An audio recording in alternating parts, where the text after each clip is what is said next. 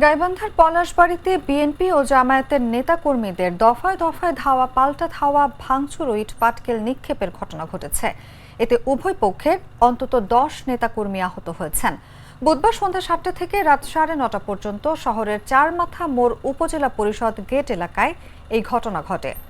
উপজেলার মহদীপুর ইউনিয়ন পরিষদের জামায়াতপন্থী ভারপ্রাপ্ত চেয়ারম্যানের সঙ্গে ইউপি সদস্যদের দ্বন্দ্বের জেরে এ পরিস্থিতির সৃষ্টি হয়। স্থানীয়রা জানান, নানা অনিয়মের অভিযোগে পরিষদের ভারপ্রাপ্ত চেয়ারম্যান রাহিদুল ইসলাম বাবুর সঙ্গে সদস্যদের দ্বন্দ্ব চলছিল।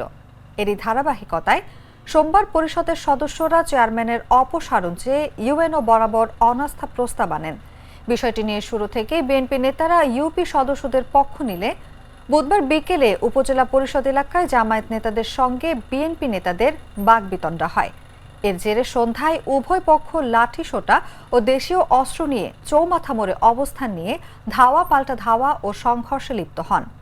এ সময় ইট পাটকেলের আঘাতে উভয় পক্ষের কমপক্ষে 10 নেতাকর্মী আহত হয়েছেন বলে জানা গেছে।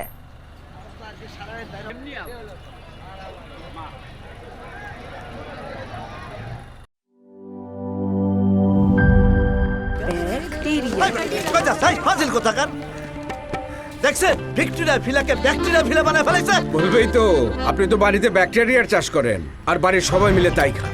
মানে অস্বাস্থ্যকর পানির ট্যাঙ্ক বদলে নিয়ে আসুন সেরা ওয়াটার ট্যাঙ্ক। সেরা ওয়াটার ট্যাঙ্ক অ্যান্টিব্যাকটেরিয়াল অ্যাডিটিভ যুক্ত সেরা ওয়াটার ট্যাঙ্ক বিশুদ্ধ পানিতে ব্যাকটেরিয়া জন্মাতে দেয় না।